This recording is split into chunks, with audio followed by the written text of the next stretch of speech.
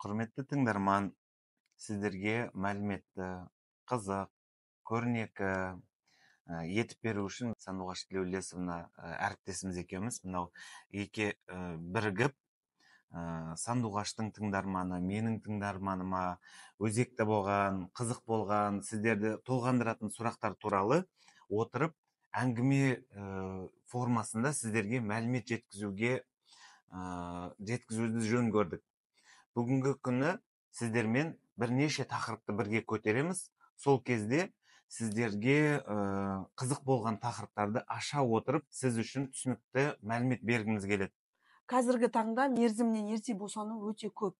Әйелдерде жаңағы бірінші безеулік болып, одан кейін көтере алмай, көтерген әйелдерде әсіресе 26, 27, 28 апталарына келген кезде мерзімнен ерте босану жиілеп жатыр. Соған өзіңіздің пікіріңізді айтсаңыз, не үшін әйелдерде ерте босану болып жатыр?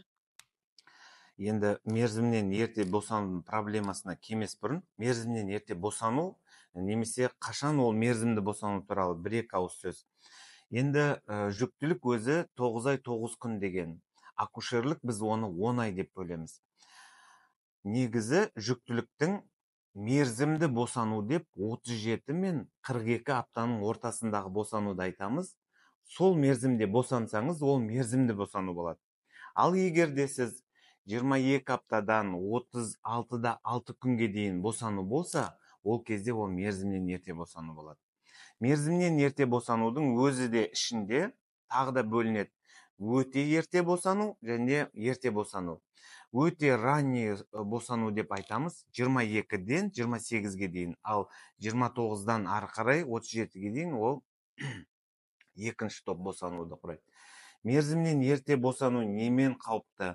Мерзімнен ерте босанған жүктілеріміздің нәрестелері салмағынан, дамуынан, жүйелердің дұрыс қалыптасып, пісіп жетілмеуімен асқыну болады. Ең жиі кездесетін қиыншылық ол тыныс алу қиыншылығы.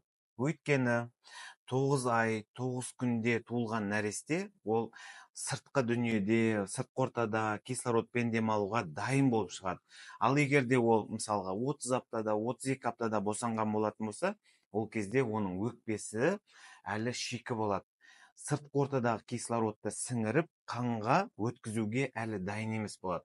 Сондықтан ең бірінші проблема олардың ерте туылған нәрестелер ыңқылдап, кислород сатурация деген болады, ол оттегімен организмнің қанығу деңгейін көрсету, сол сатурацияның төмен болуы.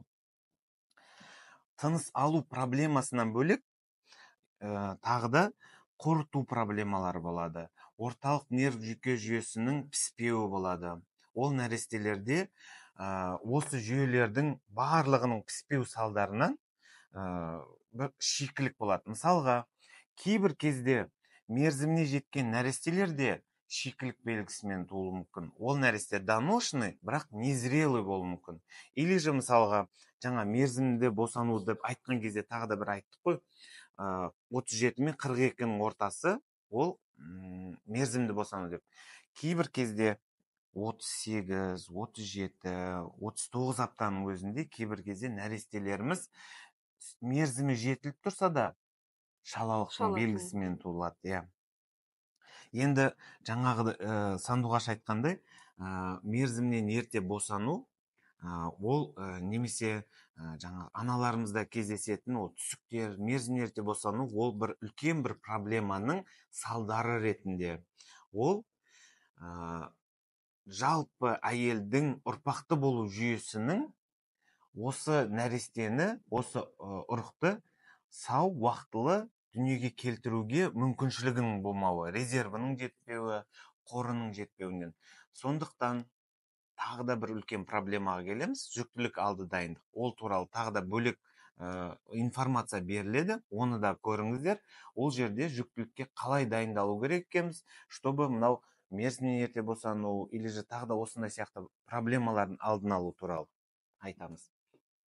Және де айтар болсақ, осы мерзімнен ерте босануға жүктілердегі экстрагенитальды аурулар, қазіргі таңда созылмалы бүйрек аурулары, әйелдерде кездесетін қаназдық, сонымен қатар преэклампсия, эклампсия қан қысымының жоғарылауы, зәрдегі белоктың жоғары болуы, олардың барлығы мерзімнен ерте босануға алып келеді. Сонымен қатар әйелдегі эмоционалды жағдайдың күрт жоғарылауы, яғни стресстік факторлардың, отбасындағы жағдайлардың әсерінен де кенеттен физикалық күштеме түсудің әсерінен де мерзімнен ерте босану болып жатады. Енді сандуғаш, біздің Түркістан қаламыздағы, біздің Түркістан қаламызда біздің оңтүстік аудандарымыз республика бойынша ең көп босанатын халық саны бізде. Енді осы жерде мысалға біздің 100 әйелді алатын болсақ, соның қаншасы мерзімнен ерте босанады деген сұраққа жауап ретінде бізде 7-7,5% әйелдеріміз ерте босанады. Ол қанша? Мысалға 100 әйелді алдық, соның 7-8-і мерзімнен ерте босанады. Сол 7-8 әйелдің жаңағыдай 80-90%-і 28 апта, 25 апта, 30 апта деген, яғни нәресте өте шала кезінде босанады. Шала нәрестеден үлкен қиыншылықтар күтіп тұрады ол нәрестеден. Анаға да қиын, семьяға да қиын, нәрестеге одан бетер қиын жағдайлар туындайды. Ол нәрестелерді мәпелеп алып шығу өте ауырға соғады. Мына есті жаппасындар, жаурап кет. Хорошо, осы жерден бастап мен сөйлесем тоқтамай сөйлей бере аламын. Сен ортасында қол. 1, 2. Қазіргі таңда ерте босану, мысалы қараңыз, дайрекке келеді сұрақтар. 7 айында босанса, ол жақсы өкпесі жетіліп, өмір сүруге қабілетті деп айтады, ал 8 айында босанса, өмірге қабілетсіздеу деп айтады. Сол қаншалықта дұрыс? Енді бұл сұрақта бұл бұрынғы тарихи осындайдан қалған миф сияқты нәрсе, бұл миф деп қараңыз. Өйткені нәрестенің аптасы жоғарылаған сайын, оның тірі қалу шансы жоғарылайды. Ол 7 айда туса жаңағыдай адам болып кетеді, 8 айда туса адам болмай қалады деген, ол халықтың ортасында қалып кеткен, дұрыс емес ұғым. Негізі медицинамен, барлық немен дәлелденген, нәресте 34 аптадан кейін сыртқы ортада өмір сүруге дайын деп айтылады. Бірақ ол, конечно, ол барлық жүйелері дайын, бәр нәрсеге бірденен төтеп бере алатын организм деген емес, бірақ 34 аптадан кейін более-менее нәресте сыртта құрсақтан шығуға салыстырмалы түрде дайын деп айтылады. Сондықтан 7 ай, 8 ай ең оптимальный, ең қолайлысы ол нәресте өз уақытында туған әрине. 7 айдан гөрі 8 айда тірі қалу шансы нәрестеде жоғарырақ болады. Әрине, көрермендерімізге түсінікті болсын деп, сіздердің дайректегі сұрақтарды кеше қарап шығып, сол сұрақтарға жауап беруге жөн көрдік. Сонымен қатар сіздің практикаңызда салмағы қанша болды ең аз бөпенің, нәрестенің? Менің және ол өмір сүріп кеткен бе? Енді менің жеке практикамда 680 граммдық нәресте бізде тірі қалып, тірі босанып, ары қарай өмір сүріп, ол нәрестеміз қазір уже садикке барып атқан нәрестелеріміз бар. Біз жыл сайын шала нәресте күні деген бар негізі. Сол шала нәресте күні біздің шалабайларды шақырамыз, сол шалабайлармен кездесу ұйымдастырамыз. День недоношенных детей деген бар, мейрам бар, оны дүниежүзілік, оларды орысшалап тарапышка деп айтады, біз қазақша шалабай деп айтамыз. Осы мерзімнен ерте туылған нәрестелерді біз кездесеміз. Осы нәрестелеріміз бізге келеді, тақылдап, тақпақ айтып бізге, сондай бізге приятный жаңағыдай осындай бір өнерін көрсетіп, ол бізге түрлі бір суреттер салып алып кеп береді. Солардың музейі бар бізде. Перзентханада өзіміздің нәрестелер салған суреттер, жаңағыдай өздерінің суреттері, міне ата-аналардың міне сіздің босандырған нәрестеңіз деп жіберетін суреттері бар. Сонымен ең шала нәрестеміз 680 граммдық нәресте болды. Яғни бұл медицинаның даму жаңағыдай деңгейі, бұл емдеу шаралары бұл өте күрделі, айларға созылған еңбектің салдарынан қалған нәрестелер, әрине ол жаңағы 680 грамм болып туыла салып, бақытты болып бірден шығып кеткен жоқ, конечно. Ол нәресте жаңағыдай барлық қиыншылықтардан өтті, әрине. Жаңағыдай өзіңізге елестетіңіз, ол 600 граммдық нәресте мынандай бір алақанға сиятын нәресте, ол оған қандай үлкен еңбек, қандай күтім керек ана жағынан, күтім керді, иә. И анасына да оңай болмады, ол айлап перзентханада жатады. Бір шала нәрестені күтіп шығару үшін айлар кетеді. Жылдар да кетуі Иә. мүмкін, енді сонымен қатар осы шала нәрестелердің қаншалықты дені сау, қаншалықты ми жүйесінде, нерв жүйесінде патология болады, жобамен айтсаңыз. Енді бұл жаңағыдай Барлығы да дені сау туыла бермейді ғой. Әрине. Сол туралы көптеп айтсаңыз. Мерзімнен ерте босану. Неге бұл мерзімнен ерте босану болды? Яғни анасының денсаулығында қандай да бір кінәрат пайда болды. Жатырым мойыны жарамсыз болып, ол ашылды ма? Немесе қандай да бір үлкен ауру өтіп, ол ауру салдарынан организм жүктілікті ауыртпашылық деп көріп, жаңағыдай босануға мәжбүр болады. Немесе әйелде преэклампсия, давление, немесе қандай да өзінің бронх астмасының асқынуы ма, сондай сияқты бір үлкен ауру салдарынан туылған нәрестелер. Яғни бұның анасының денсаулығында бір қандай да үлкен кінәрат салдар. Енді осы жерде айта кететін жағдай міне, Сандуғаш. Бір алма талдан алма өседі. Біз тікенек талдан, денсаулығы жоқ жерден біз алма талап ете алмаймыз. Біз түсіну керекпіз. Егер біз нәрестені 9 ай 9 күндік нәрестені піскен әдемі алма десек, значит, біздің анамыз да жаңағыдай тамыры тереңге барған, денсаулығы нық тұрған анадан жақсы сау нәресте туылады. Енді мерзімнен ерте туылған нәрестелердің денсаулығы қалай болады? Әрине, олардың денсаулығы әлсіз болады.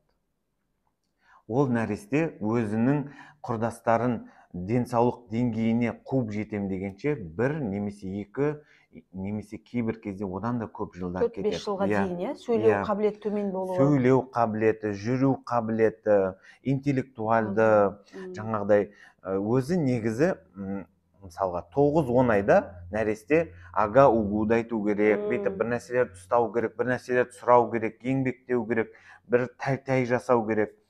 Бұл нәрестелер әрине бұл сұрақтан қала келеді, бұлар кешірақ тұруы мүмкін, бұлар кешірақ сөйлеуі мүмкін. Яғни сіздің нәрестеңіз ерте туылса, сіз бұған үлкен еңбек жасайсыз, сіз бұған үлкен жаңағыдай вложение керек болады. Бұл нәрестеге үлкен күтім керек болады. Сіз жұмыс жасап жүрген әйел болсаңыз, сіз қызметкер болсаңыз, сіз ол қызметтен қандай да бір уақытқа шегерілесіз. Сіз өйткені нәрестеңізді тастап кете алмайсыз, сіз бұл нәрестені аяққа тұрғызу керексіз. Сондықтан жүктілік случайны болмау керек. Жүктілік бірденен бола салмау керек. Жүктілікке дайындалу керек, жүктілікті жоспарлау керек. Жоспарлаған нәресте сіз, мысалға, қолыңызда бөпеңіз бар деймін, 2-3 жасар бөпеңіз бар. Сіз мысалға ертең азында ойлайсыз ғой, бұған азында каша беремін, обедте мынандай беремін, кешке бүйтемін, азында бұны қалың киіндіремін дейсіз.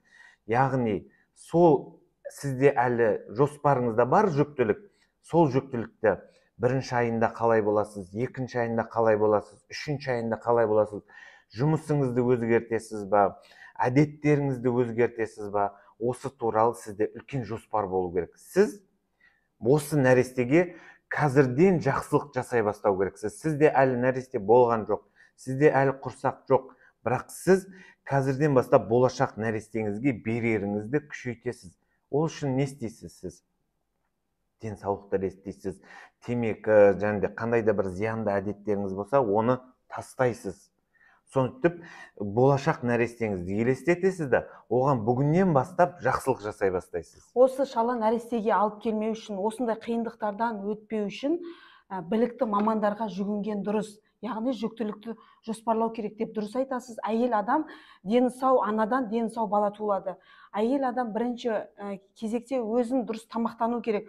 фастфуд тамақтардан, қазіргі горилла, дези сияқты ішімдіктерден аулақ ұстап, жүктілікті 3 ай бұрын жоспарлап, созылмалы аурулары болса оларды емдеп, сосын жүктілікті жоспарласа, және де жүктіліктің барысында кейбір әйелдер учаскелік гинекологына да бармайды, уақытында тексеруден өтпейді, уақытында анализдерін көрінбейді. Соның салдарынан осы преэкламсия, экламсияға алып келіп, соңында бізде айтады ғой, жаңағы қазақта өлейін деп жатқан кезде келеді деп ше. Сол ауру әбден асқынған кезде дәрігерге хабарласады. Және бірден мысалы плацентаның ерте ажырауы сияқты, немесе преэкламсия, экламсияға ауысып жатқан кезде көрінеді. Сондықтан бұның алдын алу үшін әйелдер дәрігерге уақытылы қабылдау керек, уақытылы анализдерін тапсырып тұрса, сіздерде жүктілікті жоспарлы жүргізген кезде дені сау нәресте туылады.